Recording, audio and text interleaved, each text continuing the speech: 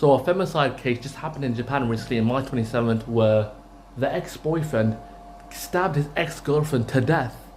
Then he was too much of a coward, too much of a emasculated degenerate to face his to suffer the consequences. So he stabbed himself repeatedly until he died. So they're both dead.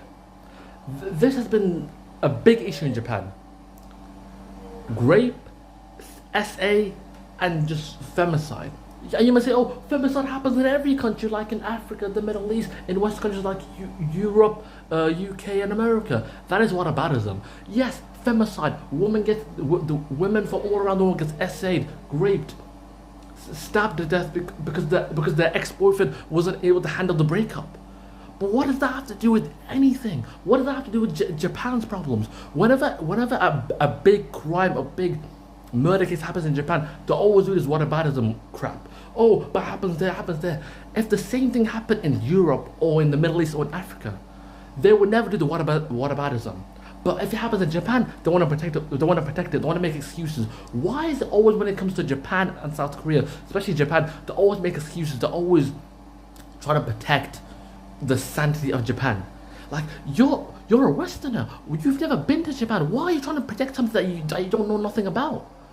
Japan it should not be protected from criticism, and Japan has never really truly been criticized until Takeshi, the first woman's prime minister, has become the first woman's prime minister of Japan.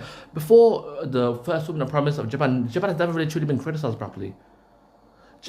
Japan is not immune to criticism.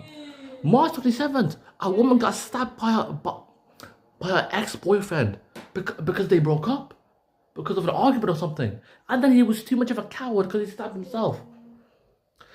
People always say, well, Japan is a very safe country. Yeah, for whom? Whenever someone says that Japan is a safe country, it's always the men that say it.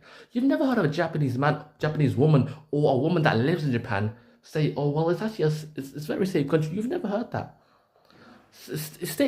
Whenever a Japanese woman or woman who's been living in Japan for about a year or 2 years, their perspective changes. You wonder why the phone has a shutter sound and Japanese phones have shutter sounds. You wonder why there's the separate trains for men and women. You wonder why there's every day there's essaying in the workplaces and no one does anything. You wonder why Japanese people are one of the worst when it comes to essaying rape and murder cases against women and children. Yeah, but Japan is safe. Yeah, for whom? Not for the women. You need to wake up. Japan is not immune to criticism. Wake up.